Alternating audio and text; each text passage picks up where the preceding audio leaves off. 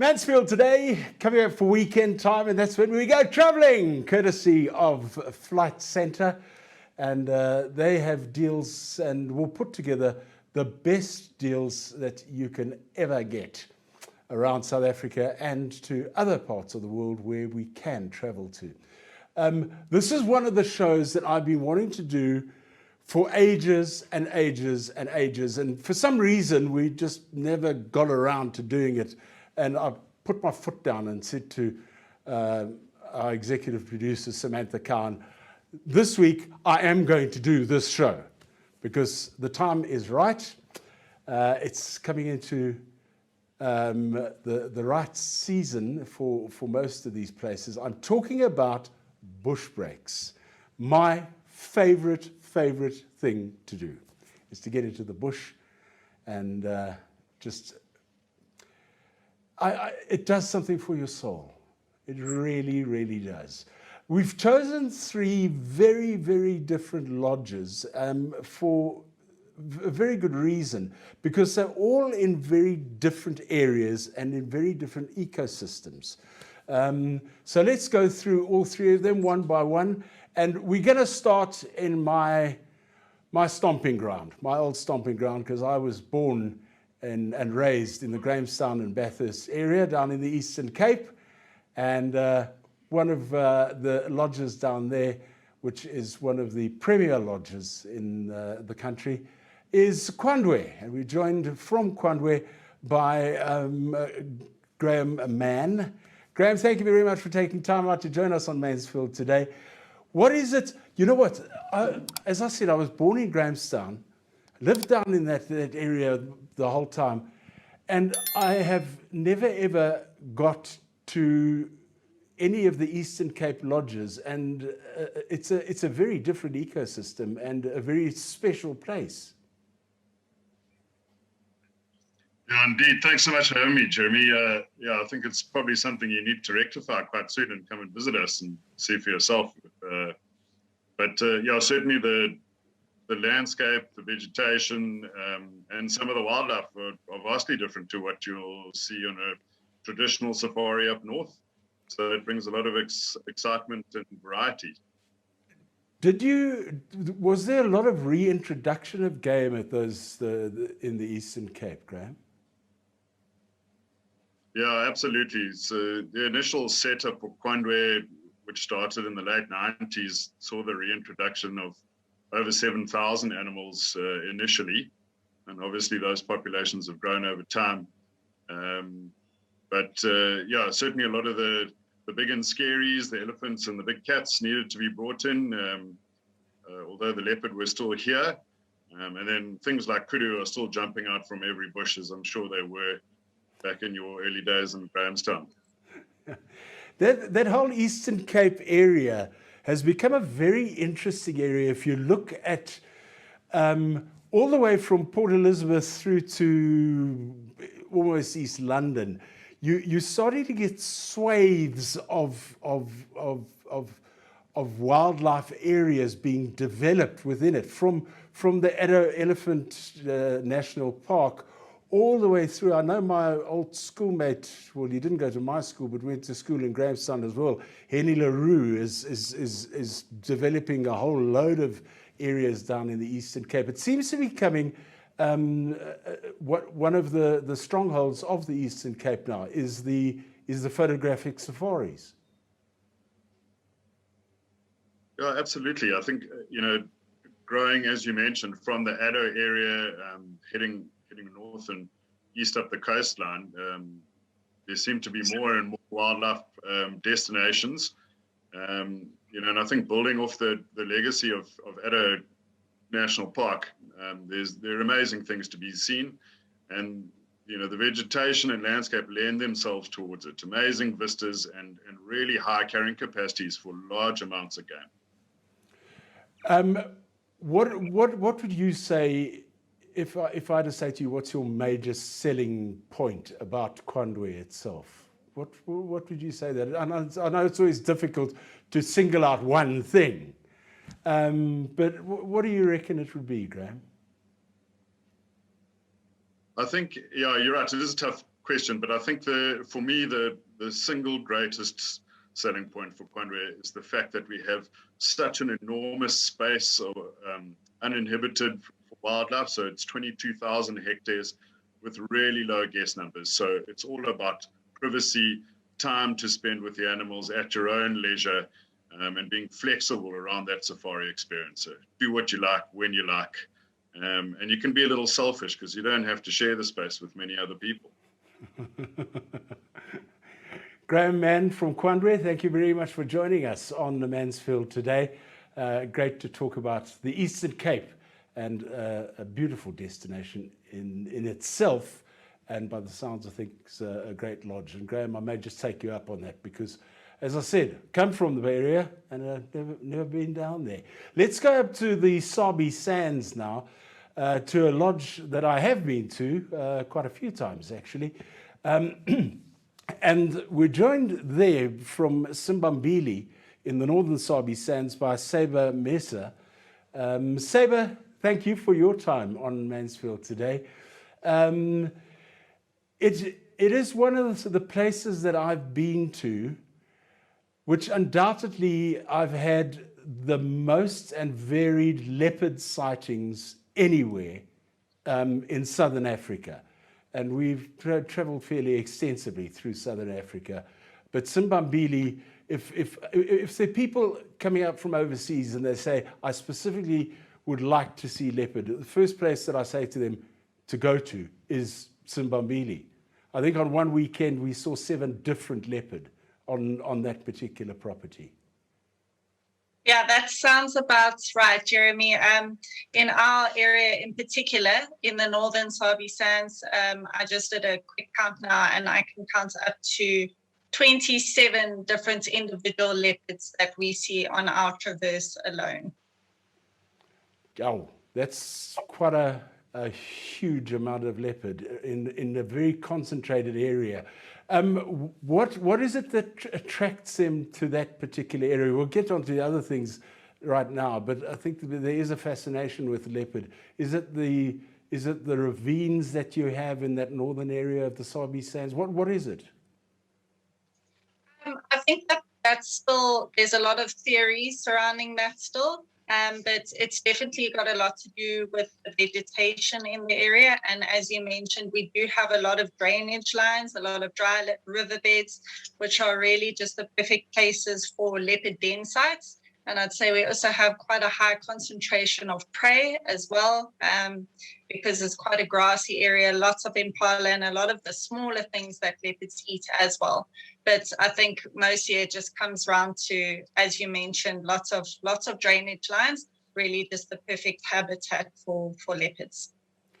How long have you been guiding for, Saber? Because your family are involved in the bush, aren't they, as well?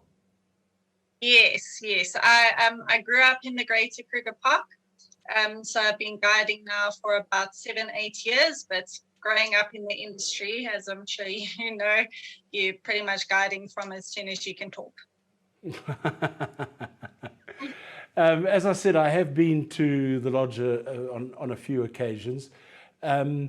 What if I'm going to pose the same question that I posed to Graham? What do you think is a unique selling point of Simbambili?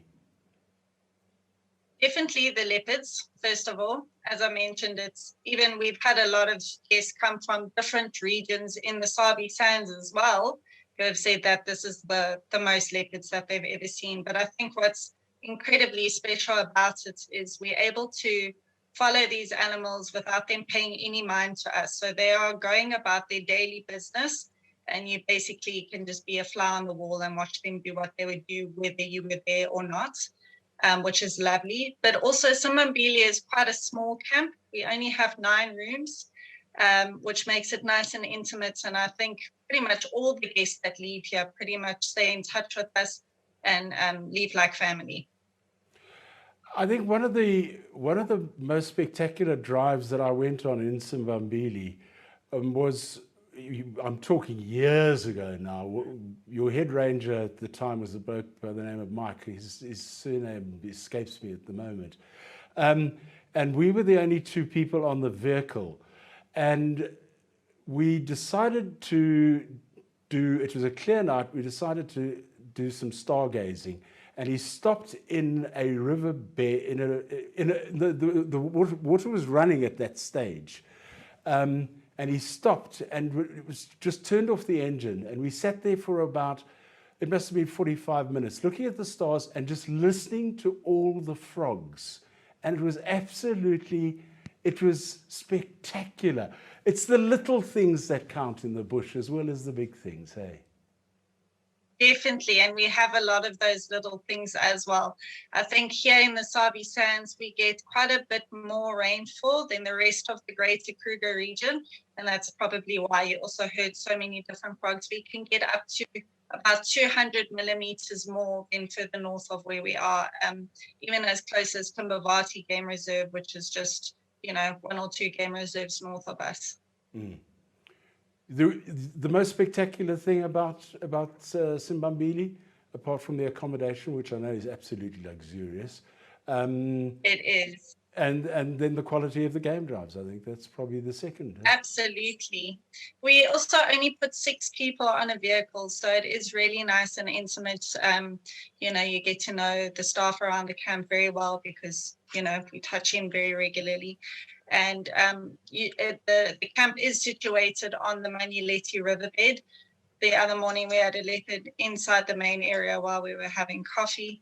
But it's really just the site where we are in the Sabi Sands is just the most incredible place for leopard game viewing, but also any of the big 5 and the smaller things, as you mentioned.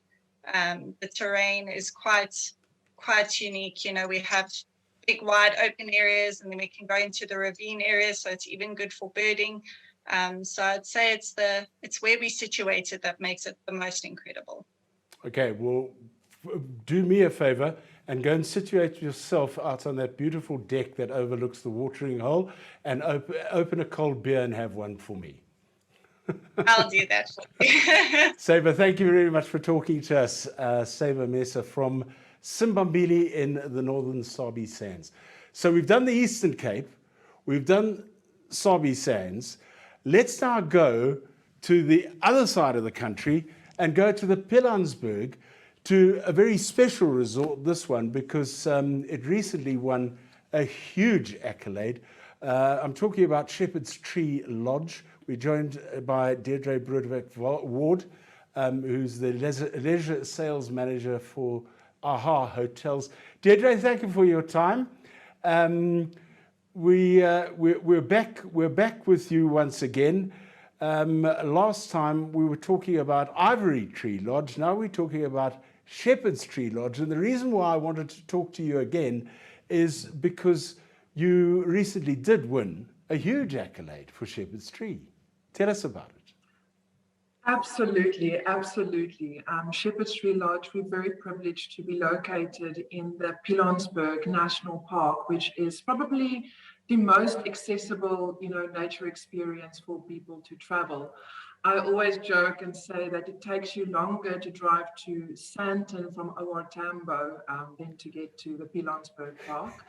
Shepherd's Tree is unique because it's a 5-star experience. And not only do we offer the safari, but we go a bit beyond safari too. And there's truly a huge variety of experiences at the lodge. Yeah, I think that is probably one of the biggest selling points of the Pilanesberg, is its location, firstly. But secondly, because of the other activities that go on around the area, you can draw on those to enhance your guests' experience. Absolutely. I think about a few weeks ago, we actually started doing midweek golf packages. So, you can bring your wife along, come visit us at the lodge. You can go and do a morning game drive, and then you can pack your golf kit. You can send your wife off to the spa.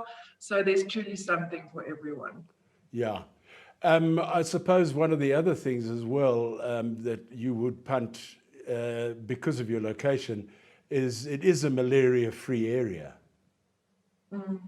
Absolutely. Pilanesberg is located in the transition zone between Kalahari and then the Lowveld. So in terms of vegetation, it's amazing. We are malaria free and ideal for families. The nice thing about Shepherd's Tree Lodge is we're also one of the few lodges that have nice large family rooms where you can accommodate up to 6 people in one room, where normally you're similarly a bit limited in terms of your sleeping configuration. And then we also offer bumble drives for the children. I think it's very important to start this, to get the safari bug to bite from a young age. Yeah, and I think for a lot of people who may have, say, teenage children, you're wanting to have a facility where the children can be within the confines that you're in as well, because I know what a 12-year-old boy can be like. You know, middle of the night, if they're in their own room and they hear a noise, that 12-year-old boy is going to go, I wonder what's out there. Should we go and look? No, you shouldn't. Yes, I'm in the same boat as you. I've got a lovely little 8-year-old boy, and every time he hears something when we're in the bush, he wants to go and see what it is. And that's nice about our accommodation. We do have interleading rooms. So if your child does want to explore, if you haven't had too many sundowners on the game drive, you should be able to hear them. Thank you for giving us some insight into Shepherd's Tree. And thank you for chatting to us, Deirdre. Nice to talk to you. Perfect. Bye-bye. And that's where we wrap it up. If you wanted to find out any more about these lodges or any other bush breaks, then you know how to get out of Flight Centre. They'll put together packages and deals for you based on those lodges and many, many others. So thank you to you for viewing this particular insert on bush breaks. We'll certainly revisit them at a later stage in Mansfield today, and we'll get Flight Centre to give us some info on what other lodges we should be looking at. So until next time, travel safely and enjoy your travels as well. Bye-bye.